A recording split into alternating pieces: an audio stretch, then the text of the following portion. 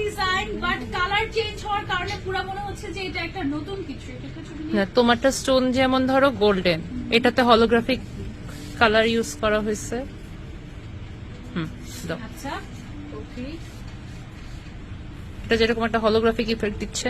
এটা দেখো আমারটা যেরকম পুরো গোল্ডেন কালারের স্টোন, এটাতে হচ্ছে আবার হচ্ছে একটু হলোগ্রাফিক টাইপের স্টোন ইউজ করা হয়েছে, মানে মাল্টি কালারের একটা শাইন দিবে এটা স্টোন গুলো। মাই গড ইটস গর্জিয়াস।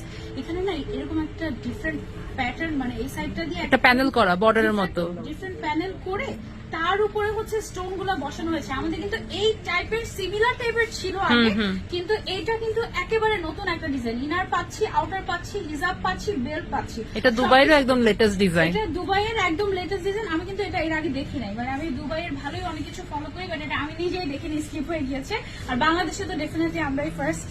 এটা বলতে হতো কেমন লাগলো।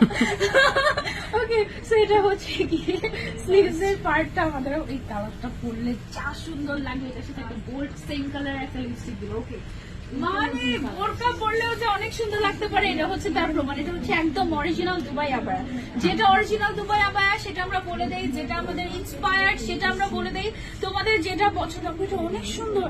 এটার 52, 54, 56 সাইজ তোমরা পাবা, কোনো অসুবিধা নেই, ইন স্টক আছে, একদম ইন স্টক আছে। উপর থেকে নিচ পর্যন্ত কাজটা চলে গেছে। এটার স্টোন গুলো মনে হচ্ছে বেশি ব্লিঙ্ক করছে, একদম স্টোন গুলা জাস্ট দেখো, একদম মনে হচ্ছে বেশি বেশি ব্লিঙ্ক করছে, তাই না? খুবই খুবই সুন্দর, একদম বেস্ট। এটা অনেক জোস।